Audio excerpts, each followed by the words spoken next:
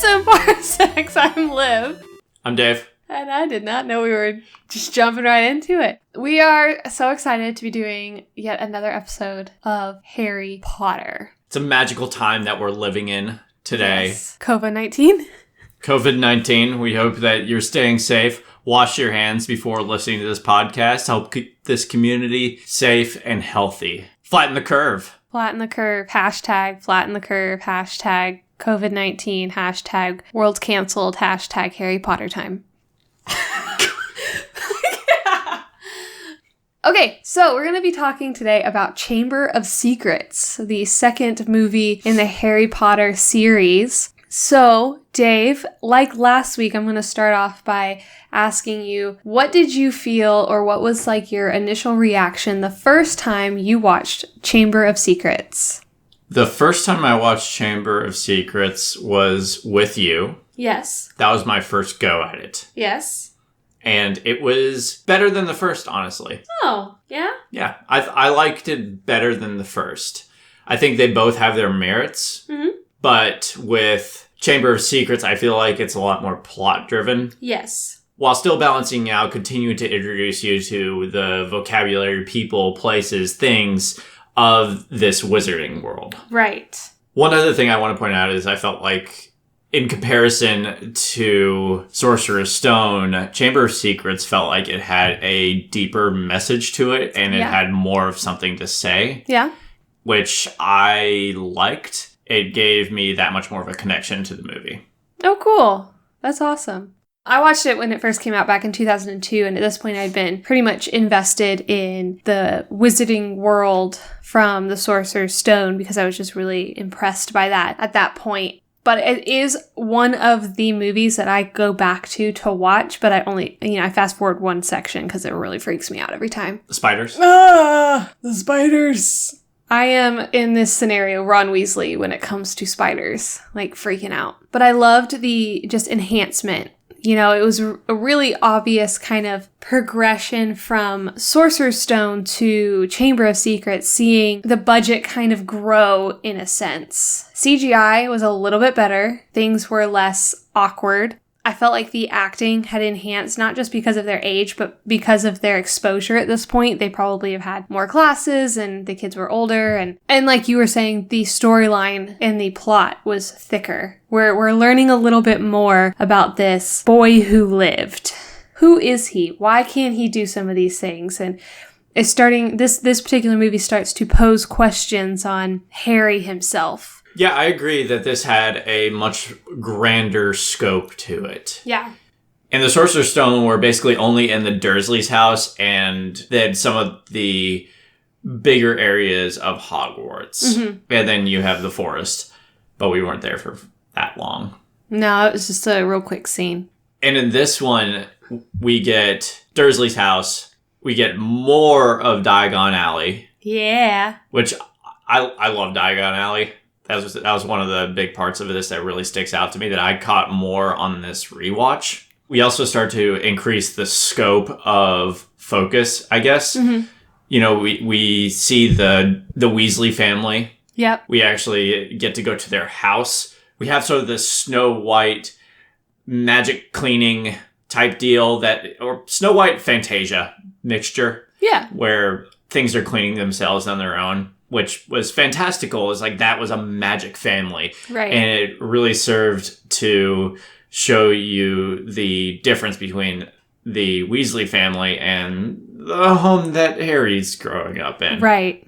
The house that Harry's growing up in, because he makes it very clear in this that Hogwarts is his home. Yes. And the Dursleys with Uncle Vernon, Petunia, and stupid kid. Dudley. You can't say his name. Oh, no, he's worse than Voldemort. You said it. He must not be named. But he's not as bad as Dobby. We will get to that. Yes. Poor Dobby. I love Dobby. The Jar Jar of Harry Potter. We did have... It was funny. On my way home from work yesterday, before recording this podcast, David had been watching the Chamber of Secrets, and we established that Dobby for him is Jar Jar for me. I will set down that in confirmation. I agree. I think I can understand that. But yeah, in this one thing that I really liked about Chamber of Secrets was that you had a lot of full circle moments. Yes. That come into this. You know, in Sorcerer's Stone, basically they only show you things just to show you them. Right. In order to get you invested in the world. Where they might not exactly have a purpose in the plot of the movie, but they serve to introduce and they serve to describe this world that you're in. Right.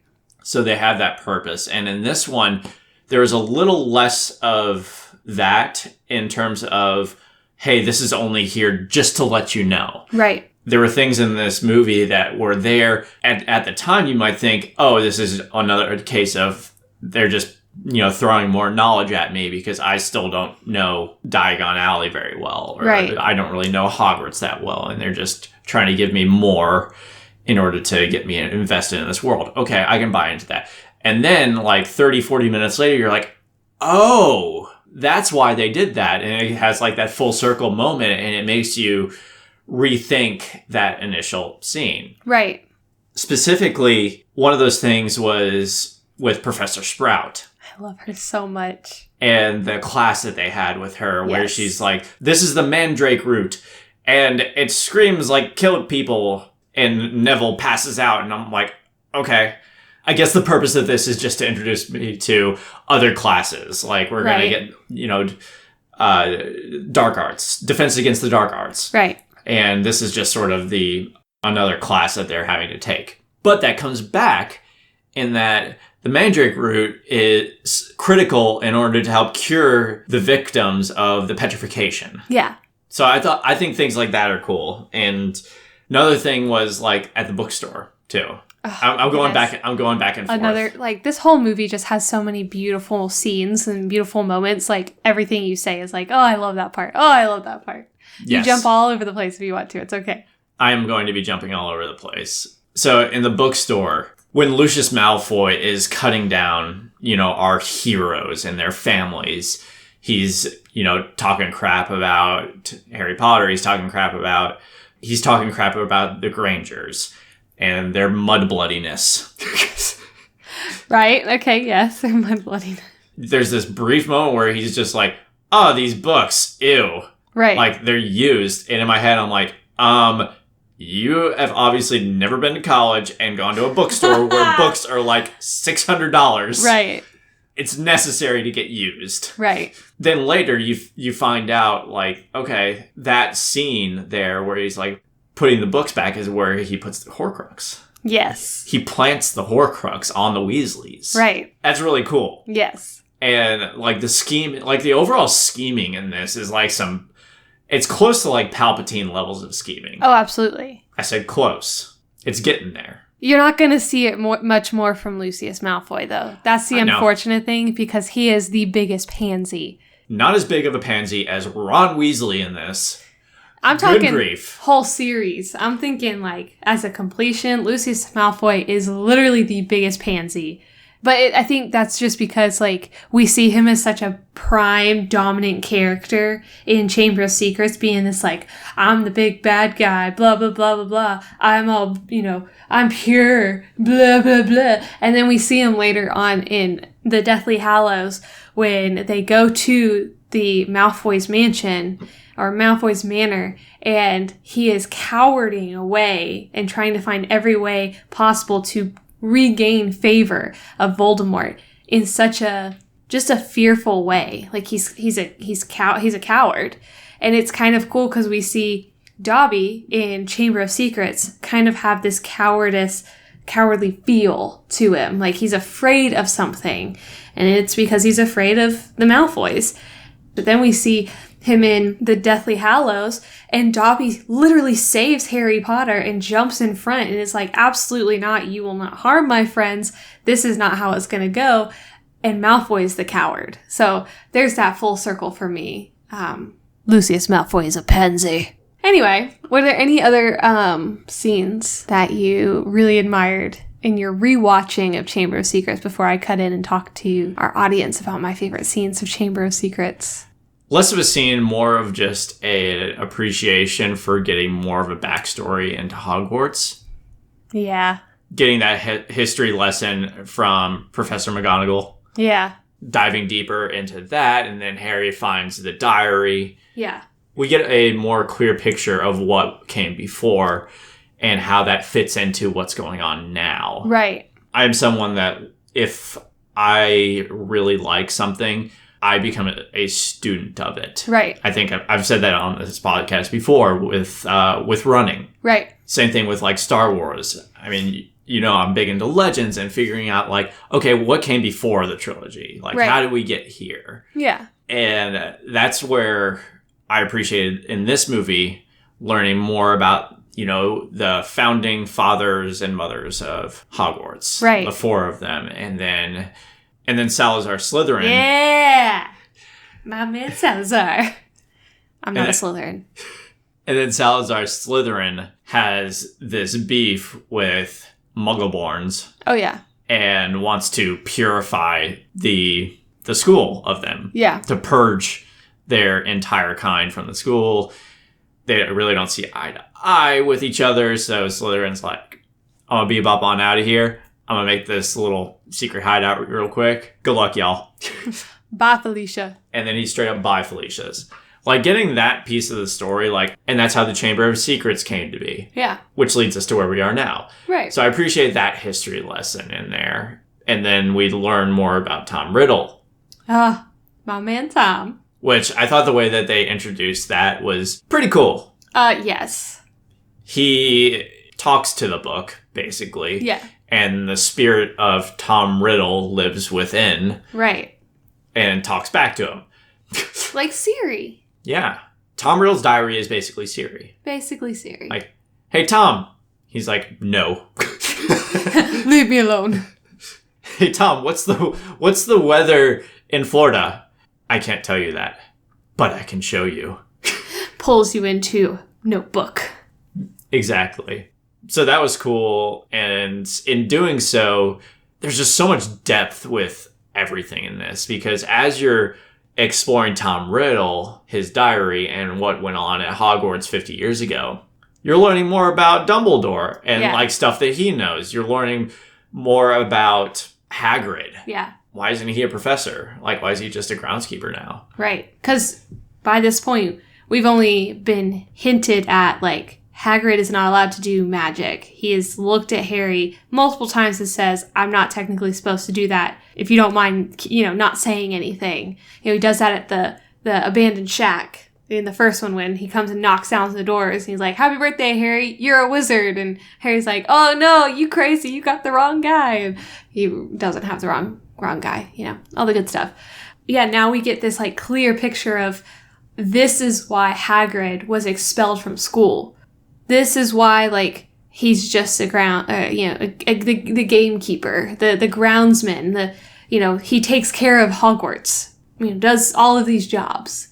So, yeah, what about you? Oh, my. So I'm going to start from the beginning and kind of work my way through the specific scenes that I'm absolutely obsessed with. Okay. When it comes to Chamber of Secrets. Am I allowed to jump in? Absolutely. Okay. One being the scene where Fred, George, and Ron come and get Harry. Yes. I love the bars are on Harry's window. He has indirectly disobeyed the Dursleys. They have this really big hot shot at the house. Dobby's like, you cannot go to Hogwarts. Harry's like, I'm going to Hogwarts. We find out Dobby has all the letters. Harry's like, yo, give me my letters. All the stuff is happening. And the cake falls on top of the guest. So they put bars on the window. We get this really cool extra layer of the whole Weasley clan just off of this one scene because they have a flying car. It's pretty much the one and only time we see flying cars in the Wizarding World that I can recall. I do not remember in any of the books ever seeing another flying car. The Minister of Magic, the Ministry has given Arthur this car because Arthur Weasley is a Muggle specialist. He looks into Muggle stuff. He looks at all of the why do you guys use this? Why do you guys use that? And for him to be so invested in Muggles but be so ignorant to certain things, in the book, he asks about telephones. In the books, Harry talks about how he's been calling, Hermione, and he calls Ron, and the Weasleys scream into the phone because they don't know how to use a telephone. But he's like invested in learning more about, what do muggles do and fixing up different things. So he has the flying car. So we get this new layer of wizardry, like of witchcraft on this flying car, and they pull it off, and he jumps into the car, and here comes Vernon, fumbling out of the window. It's just, I love that scene. I love the scene where we meet Mrs. Weasley for the first time. Can I cut in real quick? Yes. I also really liked the flying car scene. In the first movie, we're introduced to a couple magical means of transportation, right? Yes. We have platform 9 3/4. The train, not exactly a magical means of transportation, but how you get there is magical. So I kind of loop that into this group. We learn how to fly. Right. And Sorcerer's Stone as well. Broomsticks. Yeah. This one, we get flying car. Yeah. And we also get the Flu Network. Yes. Which I love the concept of the Flu Network, too. It's so cool. And Harry messes it up. Oh, it's funny. All right. Anyway. Yeah. Sorry. No, you're good. That was the only point that I had there. Yeah, no. And I like how as we continue through the series, we see more and more modes of transportation. We see the different ways a broom can be used. Like, we see Mad Eye's broom in Order of the Phoenix. And it's just like this thing that he sits back like on a motorcycle type feel. Like it's a broom motorcycle. We're also introduced to Hagrid's motorcycle, his magical bite. That's right. We're introduced to that in the Sorcerer's Stone as well. Yes. So there is another vehicle, but we've never seen like a car before. So that's, super cool. My favorite scene, and I can watch this scene 600 times in Chamber of Secrets, and sometimes I just watch Chamber of Secrets for this scene, is when Mrs. Weasley comes down the stairs and yells, "Where have you been?" I laugh so hard. No note, car gone, beds are empty, you could have died, you could have been seen. Hi, Harry, how are you doing? It's so funny because she, is scolding her kids for stealing this car. And it's like, Harry, dear, it's not your fault. Don't worry about it. I got you. She does that with the Howler as well. She does that with the Howler, and it's so funny. And then we're also introduced to Howlers. Love that. So fun. I like how it tears itself up. I know, just so angry. Oh my goodness. It's just the amount of minute humor that is now added into the Chamber of Secrets. It's more confident. Yes. And I love the fact that we see that confidence boost. We go from Sorcerer's Stone where they're like, well, we don't really know how this is going to go, to, okay, everyone really likes this. We're going to go all out.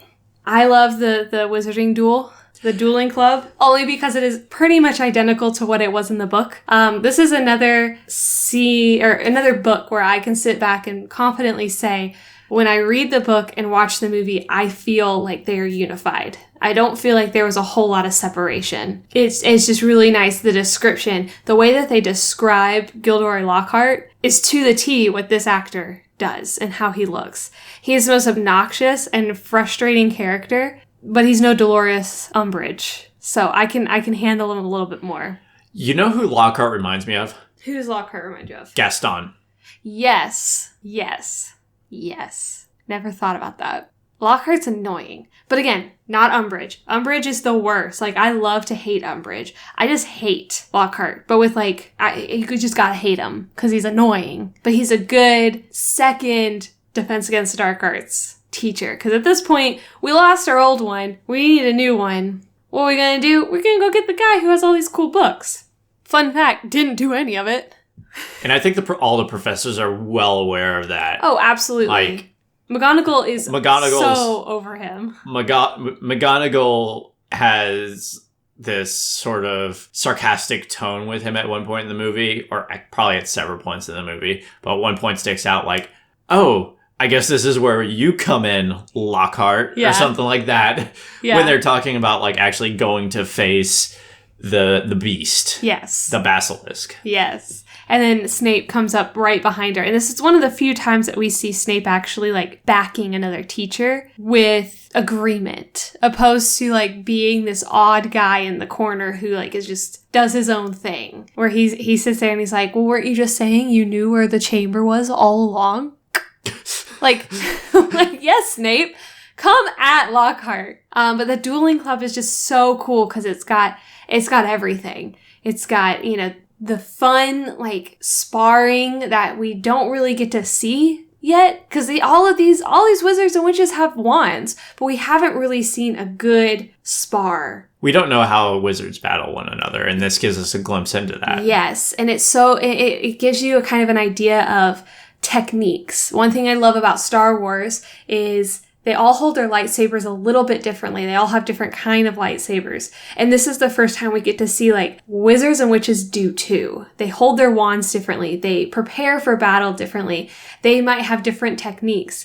And it gives us this, like, really, really quick taste of what's to come when we see all of these Death Eaters, when we see all of these new witches and wizards, all these skilled witches and wizards who may not even need to speak spells. You know, I'm jumping ahead again, but Bellatrix Lestrange is a master. She's a master spell caster to the point where she does not actually have to vocally say a spell. She just does it. So we get that. Like, we see how Harry he prepares wand forward and Malfoy prepares wand arm back over his head. As if to pitch. Exactly. Like, he is going in for the kill. And you kind of get to see that. And then we're introduced to Parseltongue. We get this real quick, holy crap moment because Harry does something that nobody else does.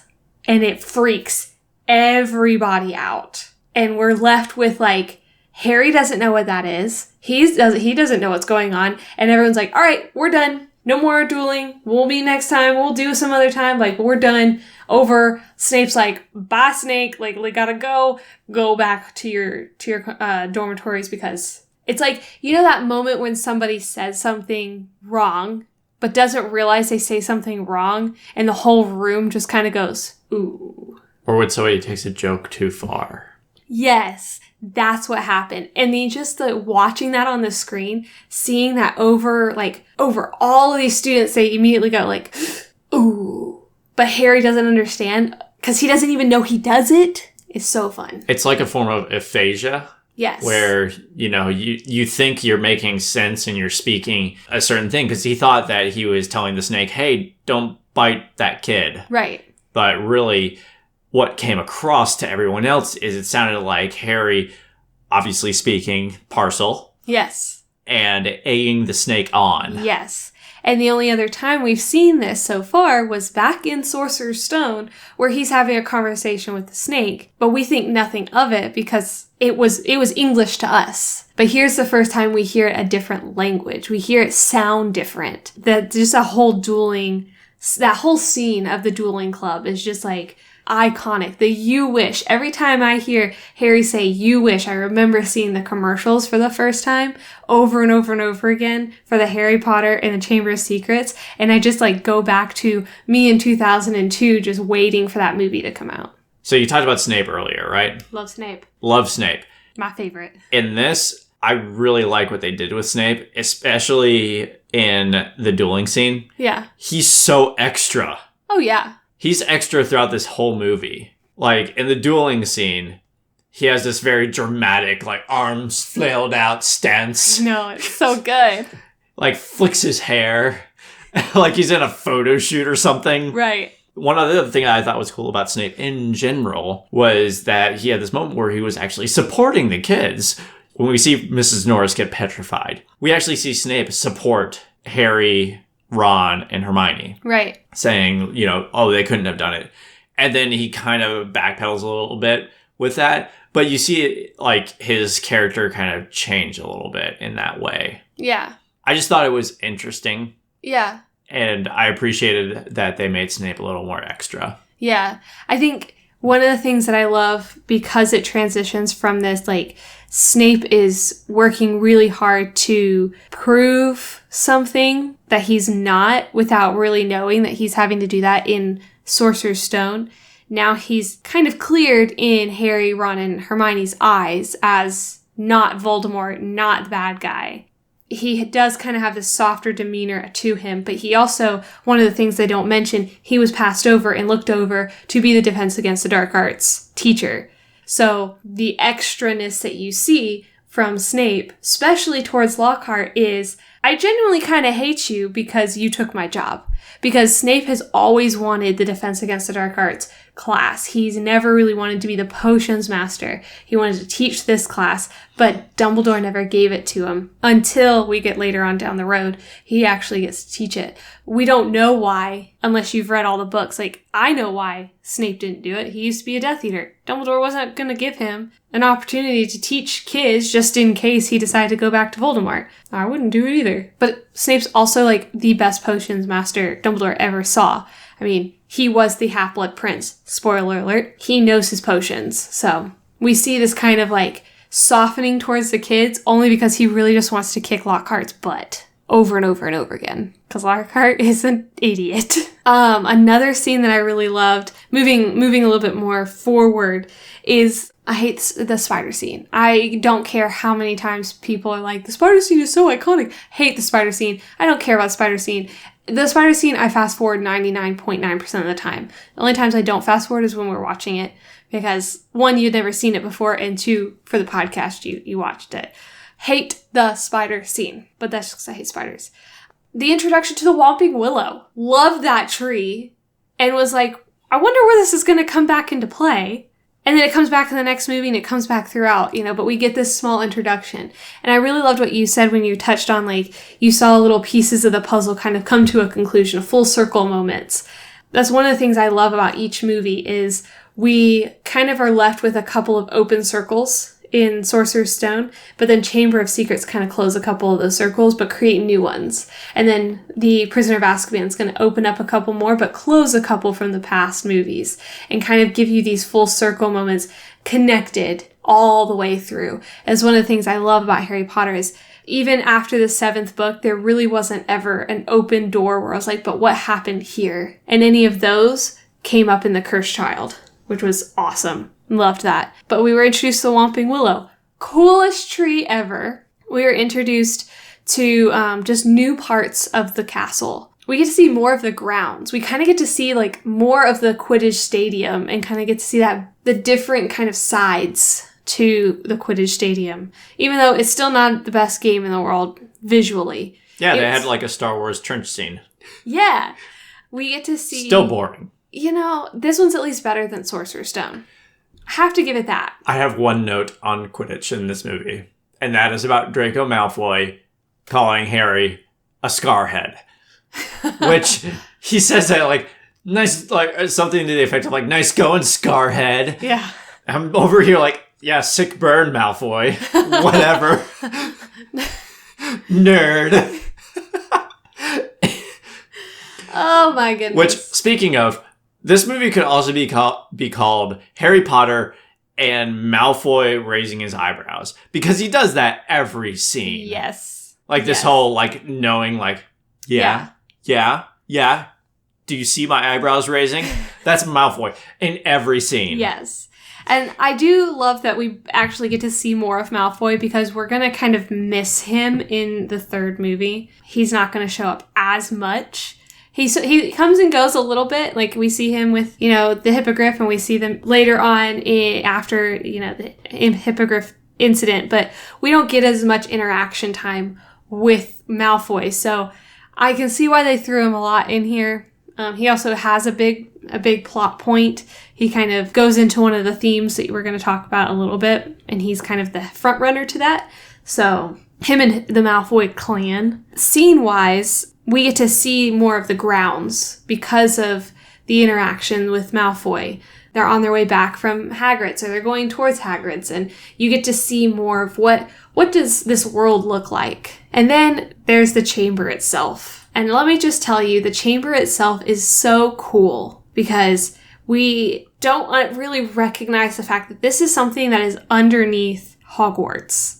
It has been there for 50, 60, 70, 100, ever since Hogwarts was there, this chamber has been there. And it's housed this beast. And we don't really sit back and actually think about the fact that during the Sorcerer's Stone, that beast was down there, And then we forget all about this chamber until Deathly Hallows. And Hermione and Ron go back down there. And it's just like we get to see it aged even more. And it's this beautiful scene of kind of like a prison in a sense, but not.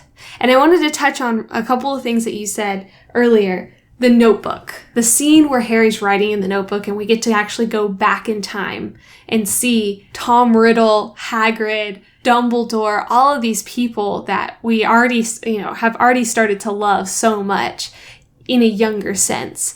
And the coloring that they use to make it really recognizable as this is the past. He is inside the notebook, going through a memory, and then bringing back that idea of I am but a memory. As Jenny grows weaker, I am getting stronger as a memory. I am just as, Tom Riddle says that he's a memory several times. And we don't really know how this is actually connected to Voldemort. Because he's like, I'm Tom Riddle. He writes his name with Harry's wand, and then, and it goes, I am Voldemort. So we now know Tom Riddle, who went to school with Hagrid, who was Dumbledore's student, and this is the first time that we're being introduced to this fact. Now we have all the movies, we know all these things. But Voldemort was Dumbledore's student, Hagrid's classmate.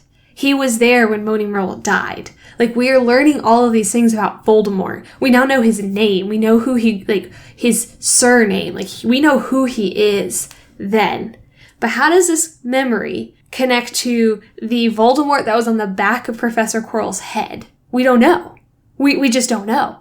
Somehow Lucius Malfoy knows, but we don't know, And then we find out later it's a Horcrux. J.K. Rowling is the most intelligent author I have ever read from. She created all these books, and then movies started coming, and she wasn't done with the books, but she knew what she was doing all the way at the beginning. She knew how all of this was going to connect. I can't even figure out how my pieces are going to connect sometimes. Those are 3 minutes long. I don't know how I'm going to get to the end. I don't know what the ending's going to be. It's insane. And so we get this kind of peek into what's to come. But then we have all of this meet in the middle of the series. And then finally it's hey, by the way, you remember the notebook? Yeah, it's a Horcrux. Yeah, it actually is connected to Voldemort. You killed one of his souls. That's why he was trying to come back. This ghost of Voldemort has developed a way, knows, I'm assuming Lucius Malfoy knows about this now. Voldemort's give Jenny Weasley this notebook so that way I can come back as Tom Riddle because right now I'm just this ghosty shell of a thing. And somehow he turns into that nasty looking baby thing. Bebe. Voldemort the baby. Anyway, I jumped all over the place, but I loved that. And it took me going back and watching to actually see Lucius Malfoy drop the notebook because I didn't catch that the first time I watched it. It was something I was 10, 11. I wasn't looking for that. Now I'd be looking for that all over the place. Those little minute scenes and those details. And then finally, I know this is it. This is the last one. The last scene with Dobby, Lucius Malfoy, and Harry Potter. Lucius gives the notebook to Dobby. Harry pulls his pant leg up and is yeah, I put my sock in there. Dobby's free, blah, blah, blah. We see Lucius Malfoy take his wand out, which is a part of his staff. And we don't know the unforgivable curses at this point. We don't know the spell that killed Harry's parents. We have never had, in written text or in the movies, someone verbally say what spell killed Harry's parents. Okay? The spell that was used to give Harry the scar. Avada Kedavra. We don't know it. Okay? But Lucius Malfoy is you lost me, my servant. He pulls out his wand and he goes and the words that utter out of his mouth is Avada. And then Dobby comes in and goes, Pew! No. He was about to kill Harry Potter, but we don't recognize that because we don't actually know this spell until the 4th movie book part of the series. It blew my mind when I finally learned the unforgivable curses, going back and watching Chamber of Secrets and hearing Lucius Malfoy attempt to kill Harry Potter in Hogwarts right outside Dumbledore's office. That immediately set me to a point where I was like, he is a bad guy, some way, somehow, some shape. And then when he shows up at the graveyard in the Goblet of Fire, and he says Malfoy and pulls off Lucius's, cover, his Death Eater cover. I knew it! Bad guy! Connected! I mean, obviously he's Slytherin, all Slytherins are bad. I'm just kidding. Don't come for me. That was a lot. Those are some of my favorite scenes though, because they're so clear in the book, getting to see them come to life and getting to see what it was in my head when I imagined it, reading it, making sense. Even though I saw the movie first, when I read the book, I could see those scenes play out and it was very, very close to it. I think that's all the major scenes that I wanted to talk about. Now, there are some really cool underlying themes, and I'm excited to talk to you about them. So what was one of the themes that you want to talk about? So earlier I had talked about how this is a movie that actually had some deeper meaning. It had something to say, right, in comparison to Sorcerer's Stone. To me, what I got was this has a theme of addressing prejudice. Yes. This whole concept behind that, the Chamber of Secrets and the Basilisk is to rid Hogwarts of the Muggleborns. Yes. One of our beloved characters is Muggleborn. Yes, she is. I tell you, the Muggleborn comes. That was a Skyrim joke. Yes. So basically anybody who's not pureblood. With Hermione, this is why I sort of think that this is really Hermione's movie. Yeah. In my opinion. It wastes no time in the beginning. Like, as soon as we head over to Diagon Alley, they all meet up at the bookstore. Lucius Malfoy comes in and immediately starts cutting everyone down, but especially Hermione. Right. Her parents are in the store. Lucius Malfoy giving judgy glances right and left, taking shots. Right. And then Draco Malfoy continues that trend when they actually get to school, so on and so forth. And we learn more about, okay, what does mudblood really mean? Like, okay, that's a slur against Muggleborn. Yeah. Basically anybody who's not pureblood. Yeah.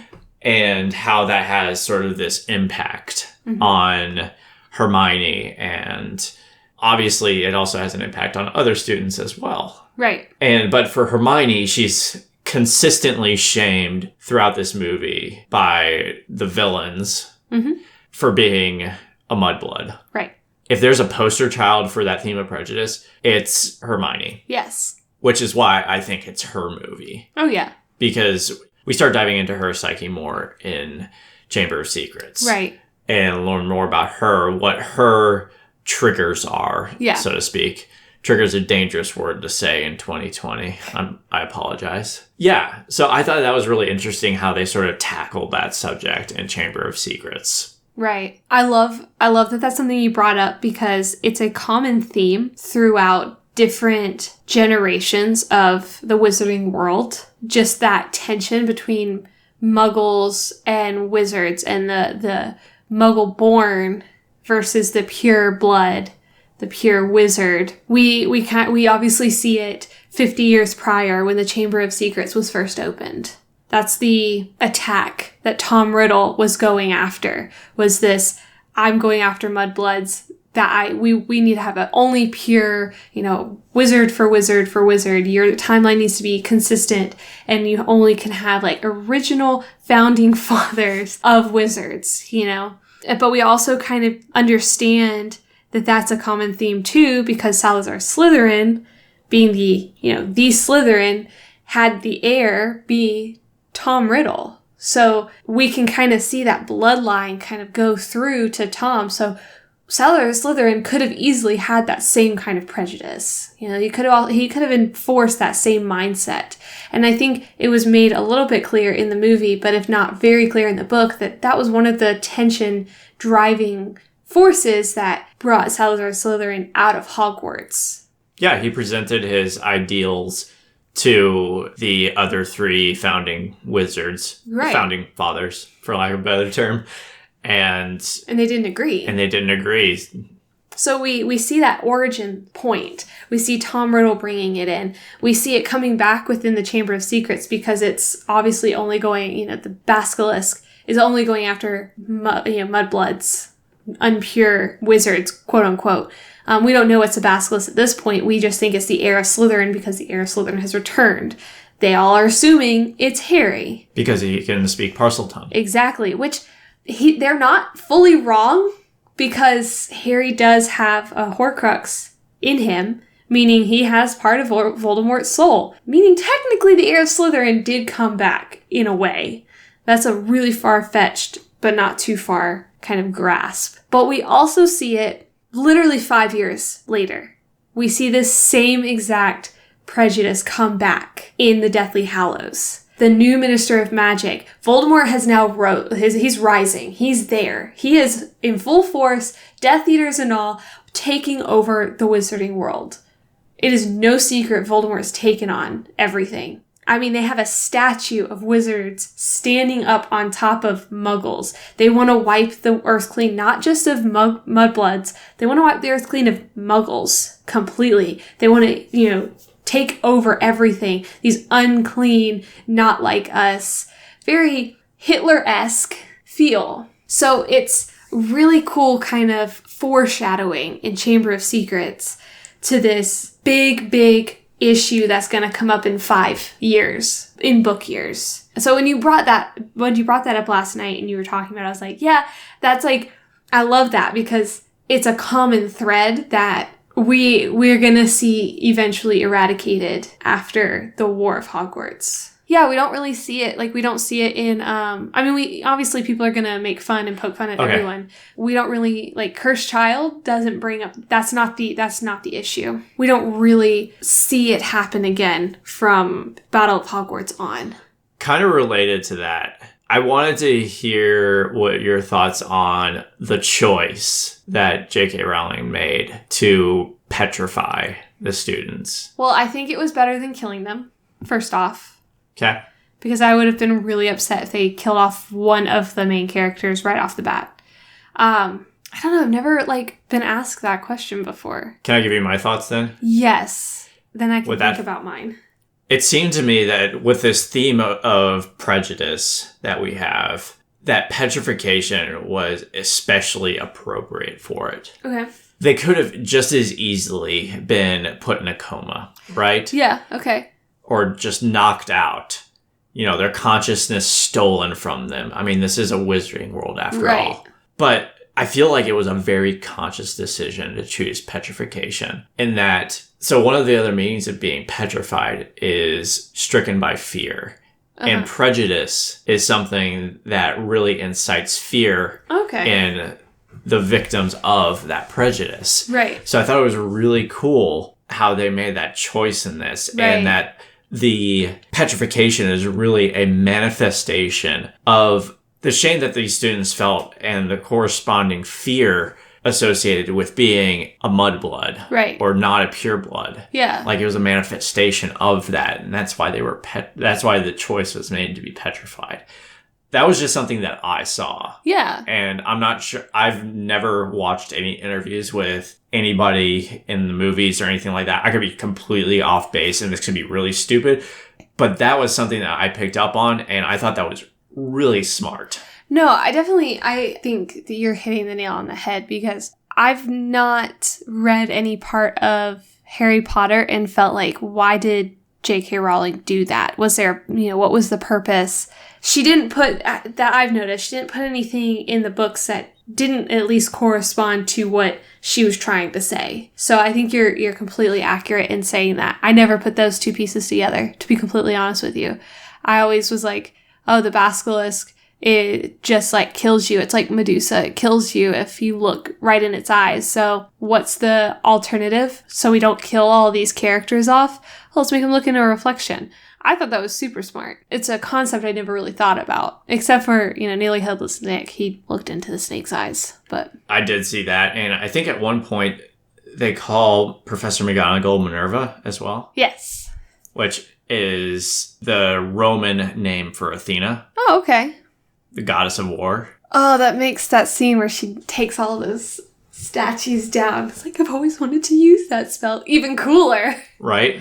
That makes that so much cooler. So, and also Hermione also went the way of Pescalus, I think his name is. So the person that actually ended up taking Medusa out used that method of basically looking in a reflection behind him to defeat Medusa. So I can see that petrification as tied to that. Yeah. But I thought that it was really smart to do it in that way while addressing this theme of prejudice because I felt like it connected really well. Yeah, that's awesome. I didn't think that deep. I wish I did. I just overall definitely love Chamber of Secrets and the depth. We also see a little bit more of a darker tone to it. It's ever so slight, but we see a slight change in tone of the movie because the first one we have they're kids. They're little people. You know, they're still little kids, little kiddos. They haven't really seen anything. They don't know what they're getting themselves into. And then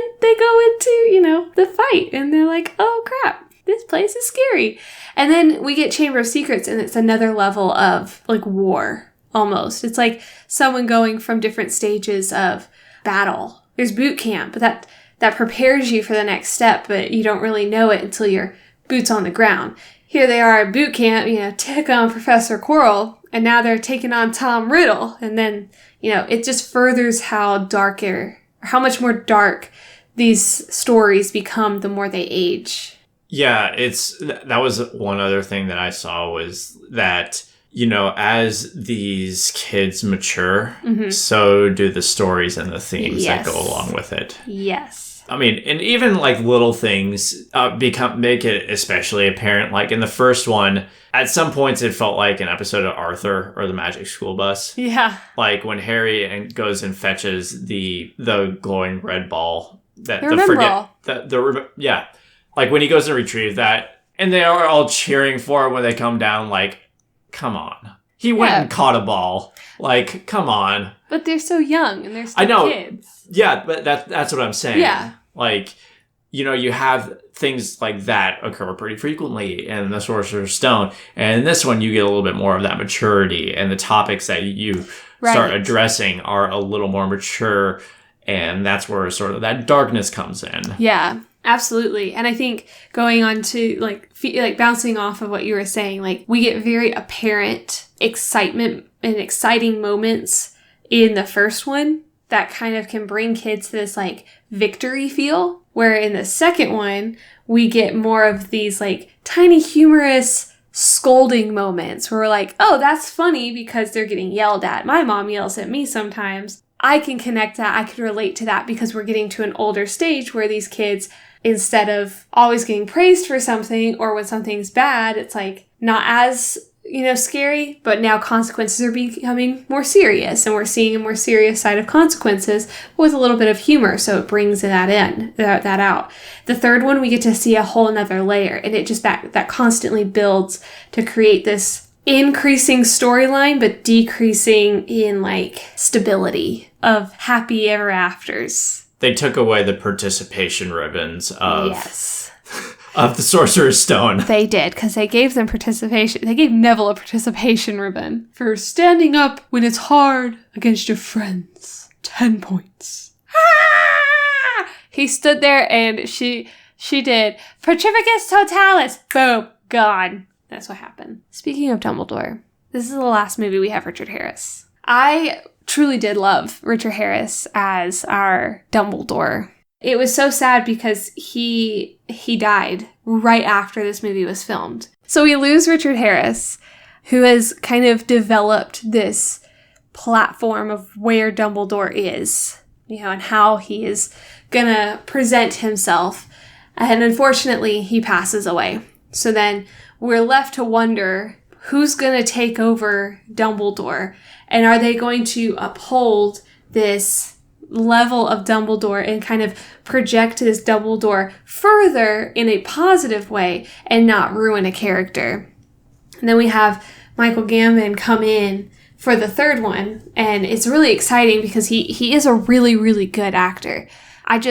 And I'm not saying that he would have done anything differently. I'm just saying that I would have personally really liked, you can't help if someone passes away, but I would have loved to see how Richard Harris continued that Dumbledore into a darker sense, because he had more of this Santa Claus feel to him, in my opinion. You're giving me a look, but it's my opinion. I can say it if I want to. But he did. Richard Harris had this more like Santa Claus, father time, old guy type feel, who's like, oh, I'll make everything better. I'm the wise old wizard who runs this school. Whereas Michael Gambon gives me this like younger Dumbledore, young at heart, a little bit more serious version of Dumbledore, where, it worked out really well, because by the time the third one came out, when Michael Gambon did start taking over Dumbledore, the movies were getting significantly darker and darker and darker. We were seeing that maturity grow. He took on the role of Dumbledore and really projected in that direction, which was really exciting. But I was sad. But I just wanted to pay my respects. OG Dumbledore. Do you have a game for me? I have a game for you. Let's hear it. It's game time. So. Game time. With Dave. Okay, so like our last episode, our last Harry Potter episode, I presented you with several different, themes or, characters, just different things, and I wanted to hear your perspective on them. So we're going to start off with an easy one. Okay. Dobby the House Elf.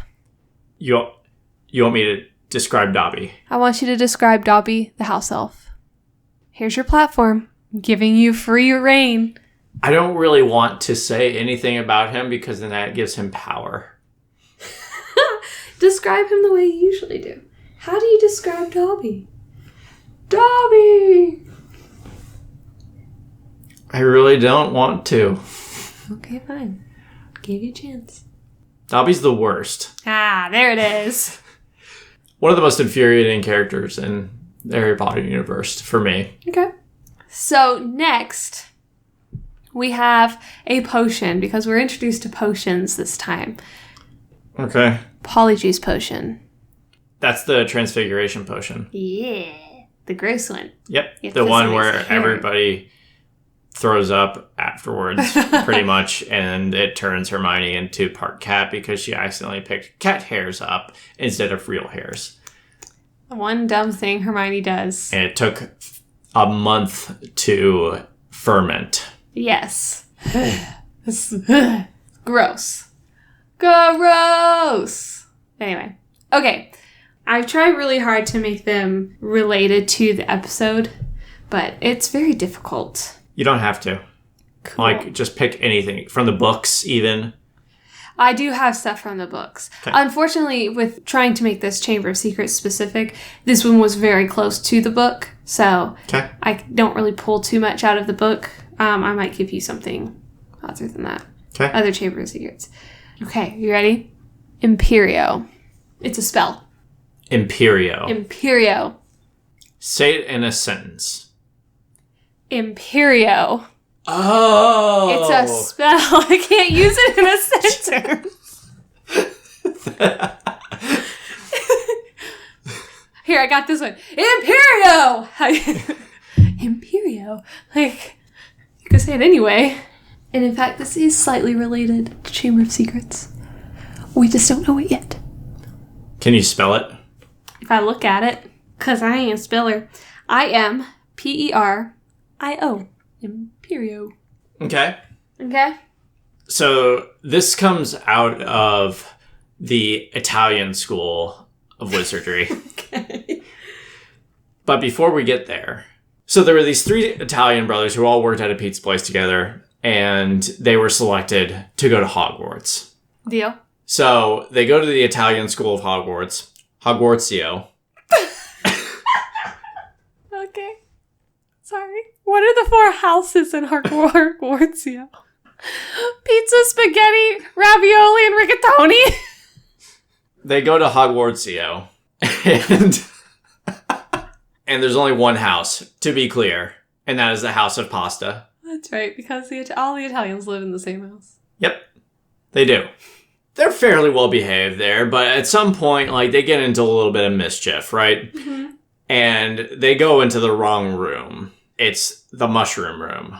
They're all deathly allergic to mushrooms, so they definitely weren't supposed to be there. And the only way to save them was for the captain wizards of Hogwarts to imbue them with a power where instead of the mushrooms, destroying them, it builds them up. Which worked for two of the brothers, but sadly, one of them died in the process. So that brother's name was Imperio. Oh. The brother that died was named Imperio.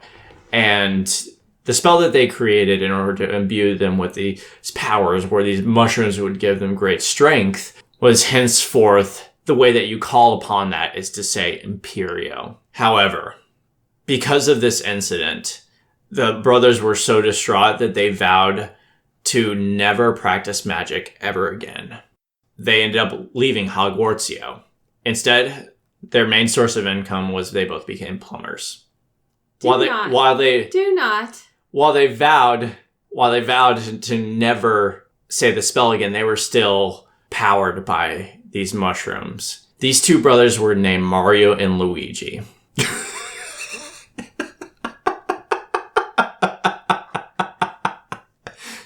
I'm leaving. And that's where we get Imperio from. Oh, no. I was like, this is a really great story. He's doing so well. This is Mario! My heavens. No. That was really good. I'm impressed. Didn't catch on to the whole Mario thing until, very end. I wish I could tell you that is exactly what Imperio is, but it ain't. It's actually, this... Oh.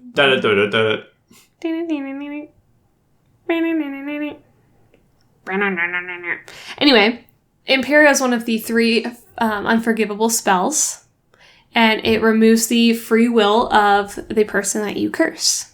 In fact, that is pretty much, it's not ever kind of put out there as a blanket statement of Jenny Weasley was under the Imperio curse.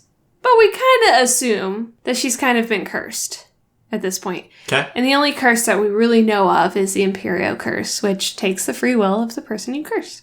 I don't see how I'm wrong because Mario does not have free will. Okay. Okay, I've got one more. This has nothing to do with Chamber of Secrets, but it is one of my favorite details that was only in the book. Okay. I mentioned last episode that that there are parts of the movies that we miss that I would have loved to see, blah, blah, blah, blah, blah.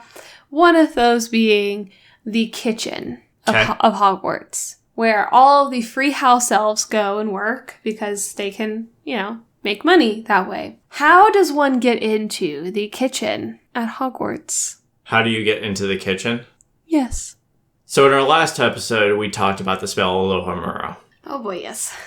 And we talked about how that started, right? Which, as we both know, came from Dwayne Johnson. Of course. The Rock. Of course. The way you get into the kitchen is not only do you have to say Alohomora, but you also have to be wearing a chef's hat because that is the only way you can truly smell what the Rock is cooking. Okay. You're welcome. Thank you for that description. Thank you for full circling that description for me. I know you appreciate a good full circle. I love a good full circle. Actually, that's not correct. Womp womp. I'm not doing well this time. It's okay. The way to get in the kitchen is you have to tickle the pear portrait. How does one tickle a picture? It's Hogwarts. How does one stand on a staircase and it move? You stand there. Magic. And it just moves. Yeah. You tickle the pear portrait. I like mine better. I'm going to stick with mine. Okay. You going to do the same thing with Imperio? Yeah, I think I am. Okay.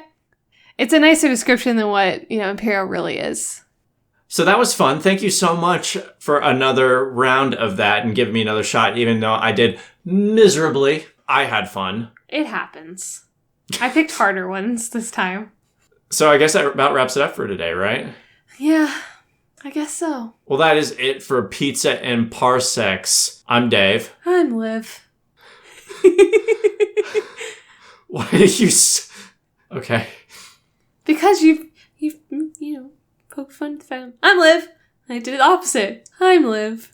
I'm Dave. I'm Liv. Eeyore. And you can check out our show on bit.ly/pizza and parsecs pod or on your podcasting platform of choice. If you liked what you hear, head on over to iTunes and leave us a rate and review.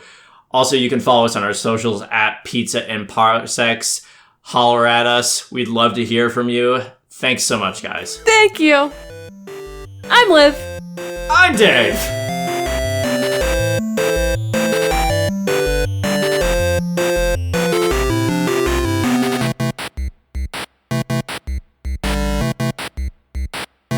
There were these three Italian brothers that all worked at a pizza place together. Speaking about prejudice. Italians working at a pizza place. Every pizza place. Every pizza place. You're Italian, it's fine. Only we can say these things. That is our word. That is our word. Pizza is your word. Pizza, our word. Okay. You can just call our podcast and Parsecs. I'm the only one who's allowed to say pizza and Parsecs. Okay, because it was so innovative to put sauce, cheese, and meat on a piece of bread. Hey. Don't bash our culture. I'm not bashing your culture. What, Joseph? Okay.